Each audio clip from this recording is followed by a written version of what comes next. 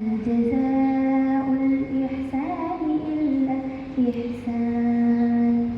فبأي آلاء ربكما تكذبان ومن دونهما جنتان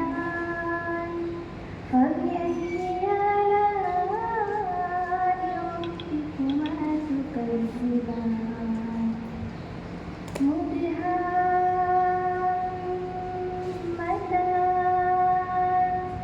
فبأي آلاء ربكما تكذبان فيهما